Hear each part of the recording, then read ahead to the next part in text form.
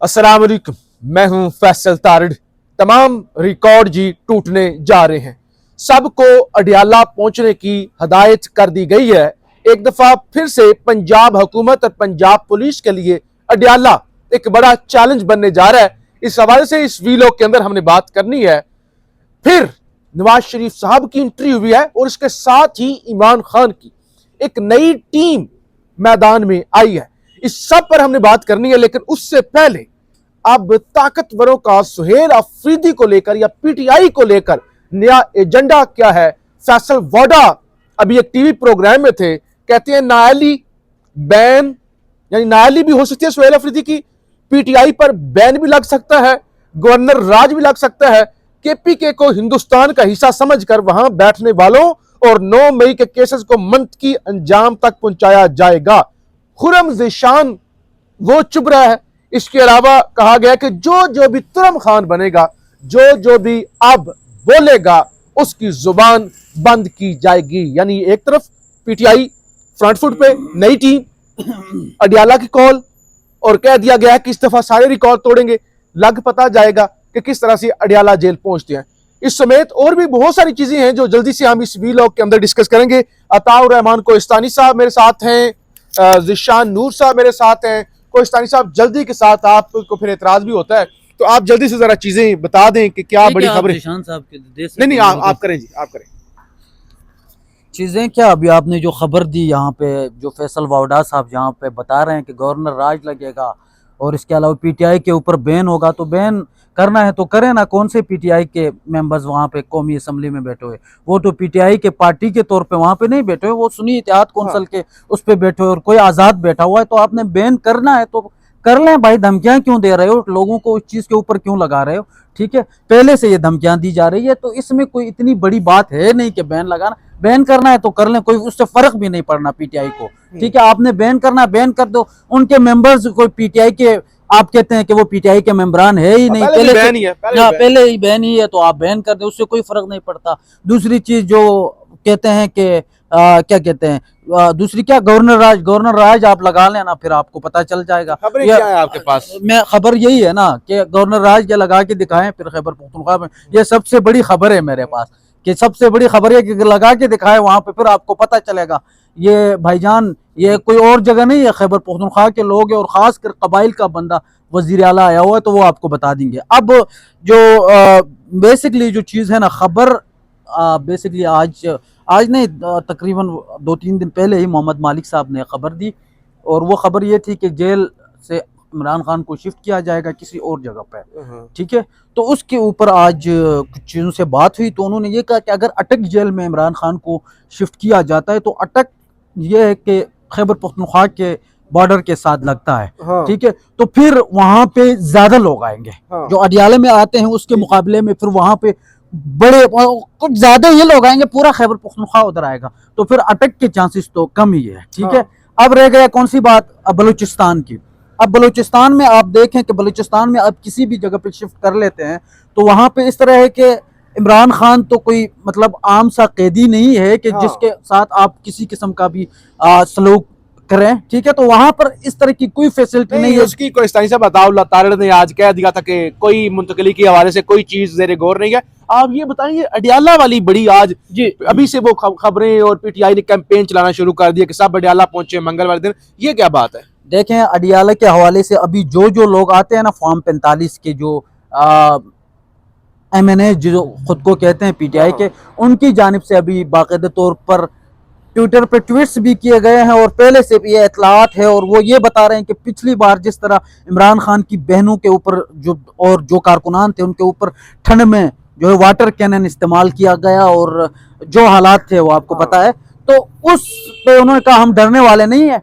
और अब पिछली बार से और जितने जो उससे पहले जितना दौर गुजरा है, अडियाले के बाहर गए एहतजाज हुए, उन सब का रिकॉर्ड टूटने वाला है, और इतनी बड़ी तादाद में लोग आ रहे हैं। तो इसका मतलब यह है कि पीटीआई ने अपनी पूरी कैंपेन की है, और मुकम्मल तौर पर, ठीक है, बड़ी तादाद में लोग इस मंगल को अडियाला जेल के बाहर पहुंच रहे हैं। मैं टाइम ज्यादा नहीं लूंगा, फिर आप नाराज चलें। बहुत शुक्रिया ज़िशान नूर साहब। ये नई टीम, खान ने कहा था राजा को कि नई कमेटी बनाएं, सब आउट करें, फजूल के लोग पड़े हुए हैं, खबरें लीक करते हैं, कहानियां डालते हैं। तो ये जो नई टीम बनाई गई है, कौन कौन लोग हैं और कौन से आउट किए गए हैं, किन पर इतराज हो रहा है, क्या कहानी है, जरा बताएं। जी फैसल साहब देखें, खान साहब ने अडयाला जेल में जो आखिरी मुलाकात हुई थी उसके अंदर उन्होंने हुक्म दिया था कि जो पॉलिटिकल कमेटी है उसको असर नो हाँ, तश्कील दिया जाए, जी, जी, जी। जिसका उन्होंने इख्तियार दिया था सेक्रेटरी जनरल सलमान अकरम राजा को। जी, जी, जी, जी। बिलाखिर कुछ दिन की कंसल्टेशन के बाद अनाउंस कर दिया गया है। नाजरीन, आप जब नाम सुनेंगे तो कुछ नाम इसमें से उड़ा दिए गए हैं, कुछ नए नाम इसके अंदर शामिल किए गए हैं, लेकिन कुछ 3-4 ऐसे नाम हैं जिनको इस कमेटी के अंदर नहीं रखा गया और इस हवाले से बहुत सारे रूमर्स चल रहे हैं कि उनका नाम क्यों नहीं रखा गया। लेकिन जो अहम नाम है इसमें 2-3 मिसाल के तौर पे गौर अली खान है, चेयरमैन है, उनका नाम तो इसलिए होना था। सलमान अकरम राजा हैं, फरदोश शमीम नकवी हैं, शेख वकास अकरम हैं, सुहेल अफरीदी हैं, राजा नासर अब्बास हैं, महमूद खान अचकजई हैं, उमर अयूब खान हैं, शिबली फराज हैं। इसी तरीके से और भी चंद नाम जो हैं वो सीनियर क्यादर के इस लिस्ट के अंदर शामिल किए गए हैं। लेकिन इसमें से एक जो नाम है शहबाज गिल, जो चीफ ऑफ स्टाफ भी रहे इमरान खान के बड़े करीबी साथियों में से एक थे, उनका नाम इसमें से उड़ा दिया गया है। वो अमेरिका बैठे हुए हैं, अमेरिका, लेकिन वो अब तक थे पॉलिटिकल कमेटी के अंदर, लेकिन उनके हवाले से ये भी चीजें जेर बहस आया करती थी कि शायद वो पॉलिटिकल कमेटी का जो अहवाल होता था, यानी कि जो ऑफ रिकॉर्ड कमेटी की बातें होती थी, वो अपने वीलॉग के अंदर आकर बता देते थे ना कि आज कमेटी में ये बातें हुई, ये बातें हुई। तो शायद इस वजह से भी उनका नाम उसमें से हटाया गया। लेकिन कुछ लोग ये बात कर रहे हैं कि आपने शाहिद खटक का नाम इसके अंदर क्यों शामिल नहीं किया। बिल्कुल, मैं एक मज़ाहमती आदमी है सर। एक चीज मैं इसमें ऐड कर लेता हूँ, ये शेख वकास अकरम नाम है ना उनका, जी, जी, तो जी। उनको ऐड किया गया। उसको किस लिए ऐड किया गया है? एक दफा आपने अडयाला जेल के बाहर प्रॉपरली आप जाते हैं, कभी आपने देखा है, आपने उनको इस्लामाबाद देखा है, अडयाला को छोड़े, इधर प्रेस कॉन्फ्रेंस वो नहीं करते, रऊफ हसन को हटा के उसको लगाया गया है। उससे तो शायद खटक 1000 गुना बेहतर है, उसको क्यों नहीं लगाया? लेकिन इसके ऊपर शेख वकास अकरम का ये उनका जवाब है कि जी मेरे ऊपर मुतअद्दिद केसेस हैं, मैं मतलूब हूँ, इसलिए मैं इस्लामाबाद नहीं आ सकता। लेकिन खैर उनका नाम बैठ जाए ना, फिर घर बैठ जाए। हाँ, उसका नाम जो है वो इसमें शामिल है। एक तो पार्लिमानी लीडर हैं शाहिद खटक, उनका नाम शामिल नहीं किया गया। दूसरा, डिमांड की जा रही है कारकुनान की तरफ से, इस वक्त सोशल मीडिया के ऊपर भी ट्रेंडिंग में ये चीज है कि खुर्रम ज़िशान का नाम क्यों नहीं शामिल किया गया, जो सेनेटर है, बड़े दबंग आदमी है, आल दो के कई दफा बहुत ही ज्यादा बोल जाते हैं, लेकिन वो चले उनका और उनकी जमात का मामला है, लेकिन कारकुनान की तरफ से ये कहा जा रहा है कि उनका नाम शामिल क्यों नहीं किया गया। अब मामला फैसल साहब ये है कि एक तरफ इमरान खान ने अपनी नई टीम जो है वो मैदान के अंदर उतार, लोग जब रिशफल होते हैं, कुछ लोग निकाले जाते हैं, कुछ नए लोग शामिल किए जाते हैं, तो फिर हर बंदे को ये पड़ जाती है कि यार मैंने अपना बेस्ट देना है, मैंने सबसे अच्छा काम करके देना है, ताकि दोबारा अगर शफलिंग हो तो मेरा नाम कट ना जाए। इसमें एक और चीज ऐड कर लें, 23 लोगों की टीम है जी। पीटीआई के अंदर कोई 500 लोग होंगे, टिकट होल्डर, एमपीएज, एमएनएज, अब सबको तो नहीं शामिल किया जा सकता ना। एग्जैक्टली। और जो बुजुर्ग हैं पाकिस्तान तहरीक इंसाफ के, नहीं, मुराद सईद का नाम भी नहीं है, वो सेनेटर है पाकिस्तान में। करता है फैसल साहब, देखें अब शाहिद खटक डिजर्व करता है। अगर आप शेख वकास अकरम और शाहिद खटक का आप कर लें, ठीक है, आप दोनों को आप कंपेयर कर लें, तो शाहिद खटक ज्यादा डिजर्व करता है, उसने ज्यादा एहतिजाज में ज्यादा डिजर्व करता है, उसको शामिल करना चाहिए। सानी साहब, आपका नुक्ता अपनी जगह पे बिल्कुल वैलिड है, लेकिन फिर मामला ये हो जाता है कि अगर 23 लोगों का नाम है तो इसमें जो 6 असीर हैं लाहौर वाले, शाह महमूद कुरैशी, यास्मीन राशिद, उनका नाम क्यों शामिल नहीं है? परवेज लाही का नाम क्यों शामिल नहीं है? डॉक्टर आरफ अलवी का नाम क्यों शामिल नहीं है? साहिबजादा हमद रजा का नाम क्यों शामिल नहीं है?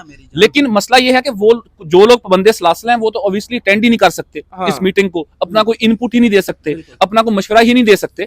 तो बज़ाहिर जमात का एक डिसिप्लिन होता है, एक स्ट्रक्चर होता है, उसके तहत उन्होंने नाम शामिल कर लिए, हमने रिपोर्ट कर दिया, लोगों को बता दिया कि जी ये नाम शामिल किए, ये नहीं किए, जो नहीं किए उनके ऊपर एतराज आ रहा है, जो कुछ किए उनके ऊपर एतराज आ रहा है। एक बात तो ये। दूसरी, मियां नवाज शरीफ की आपने बात की कि वो अब प्रैक्टिकली जो है वो सियासत के अंदर दोबारा आना चाहते हैं।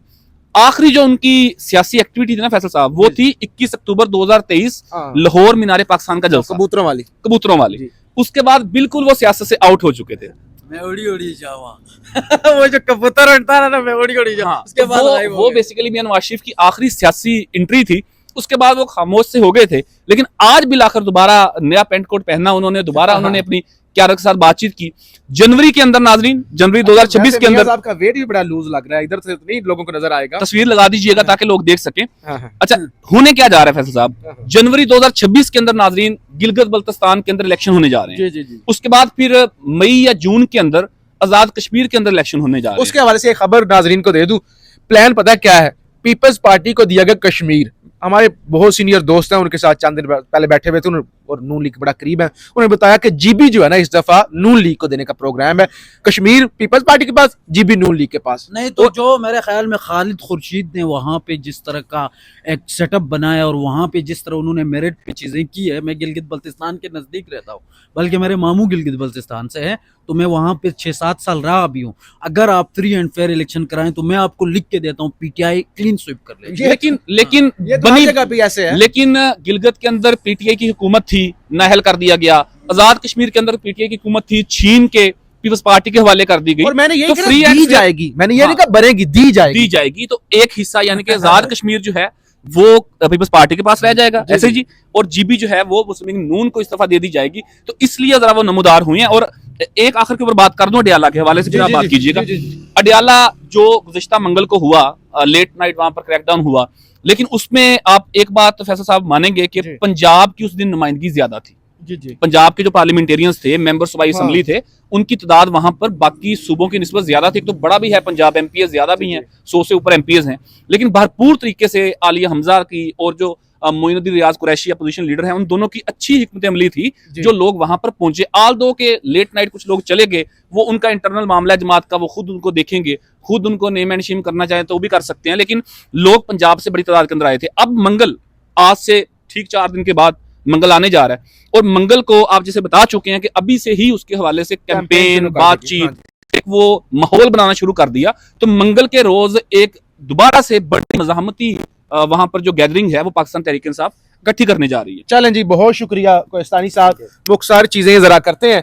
और जो इमरान खान की साबिका एहलिया है, इमरान खान के बच्चों की मां है जमाइमा गोल्ड स्मिथ, उनका भी एक ट्वीट आया है जिसमें एलोन मस्क, ये जो ट्विटर के एक्स के मालिक हैं, उनसे वो मुखातब है और उन्होंने कहा है कि मेरे साबिक शोहर या मेरे बच्चों के बाप वो कैद तन्हाई में हैं, मेरे बच्चों से एक लंबे अरसे से उनकी मुलाकात भी नहीं हुई, और हम जब आवाज उठाते हैं इमरान खान के हवाले से तो फिर वो ट्विटर की रीच जो है वो डाउन हो जाती है। तो उन्होंने कहा आप फ्री स्पीच के हवाले से जो है वो इकदामात उठाएं।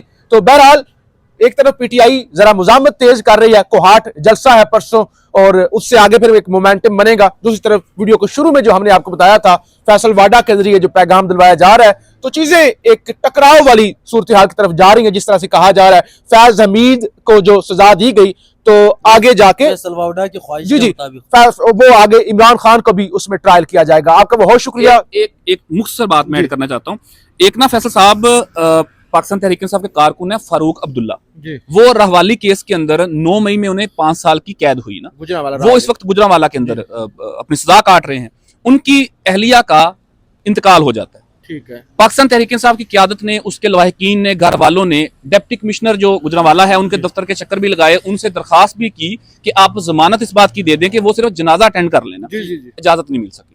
तो मेरा ख्याल है इस तरीके का रवैया एक रियासत की तरफ से, अदारों की तरफ से, चाहे वो जेल हुकाम हो, चाहे वो ब्यूरोक्रेसी हो, उनकी तरफ से, क्योंकि इस तरह के जो लम्हात होते हैं ना फैसल साहब, वो याद रखे जाते हैं। अब उसके दिल के अंदर, उसके जहन में जो नक्श हो जाएगा इन अदारों का या रियासत के हवाले से, जो अक्स उसके जहन में नक्श हो जाएगा, मेरा ख्याल है शायद वो पूरी उम्र ना भूल सके। तो मेरा ख्याल है ये जेस्चर कोई मुनासिब नहीं है, इसके ऊपर थोड़ा सा नजरसानी करनी चाहिए। हर शख्स के ऊपर, हर शख्स के घर के ऊपर इस तरह का वक्त आना होता है एक दिन। तो ये मेरा ख्याल है कोई मुनासिब जेस्चर जो है वो हुकूमत पंजाब, जेल हुकाम और तमाम उन अदारों की तरफ से कोई मुनासिब जेस्चर नहीं गया। अब बिल्कुल ऐसे ही है। और ये कोहिस्तानी साहब, इस तरह की चीजें पाकिस्तान में हमेशा हुकूमतें नहीं रहती, हुकूमतें बदलती रहती हैं, फिर लोग मजलूम बन जाते हैं, फिर लोग यानी वो पलटे खाते रहते हैं। बहरहाल हम आपको आगाह करते रहेंगे। पाकिस्तान जिंदाबाद।